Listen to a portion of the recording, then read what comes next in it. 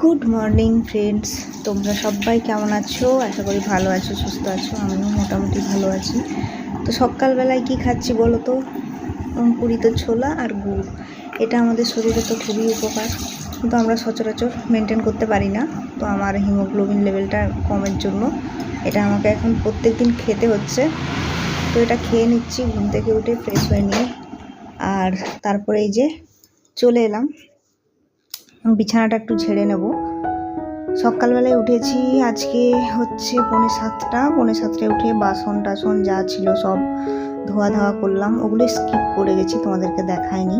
তো ধোয়া ধাওয়া করে একদম সব পরিষ্কার করে নিয়েছি। পরিষ্কার করে ভাতটা না বসিয়ে দিয়েছি, কারণ সকাল সকালে রান্নাটা করতে পারলে গরমটা নিজেরই কম লাগবে, একটু রেস্ট পাওয়া যাবে।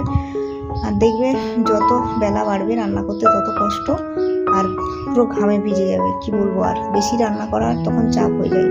তো এদিকে দেখো বিছানাটা গুছিয়ে নিচ্ছি। আমার হাজব্যান্ড বাজারে গেল, আর আমি এই যে বসে একটু জল খাবো। একটু ওতেই হাঁপিয়ে যাচ্ছি, বুঝতেই পারছো শরীরের অবস্থা যা। তারপরে ভাবলাম না, একটু খেজুর খাওয়া যাক। সকালবেলায় 3-4টা আমাকে ডাক্তারে বলেছে মিনিমাম ওই 8-9টা মতো খেজুর খেতে।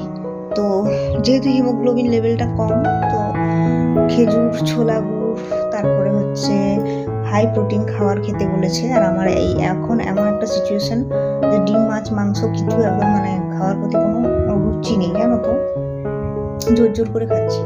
তারপরে এই যে আমার হাজব্যান্ড চলে এলো, সে মাছ নিয়ে এসছে বাজার থেকে, মাছ রান্না হবে। আর এদিকে সকালবেলায় ভাবলাম যে সব দিনই তো দুধ, মুড়ি, কলা খাচ্ছি, আজকে একটু বাইরের খাবার খাই। তাই যে পরোটা আর মিষ্টি এটা দিয়ে আজকে ব্রেকফাস্টটা সেরে নেব।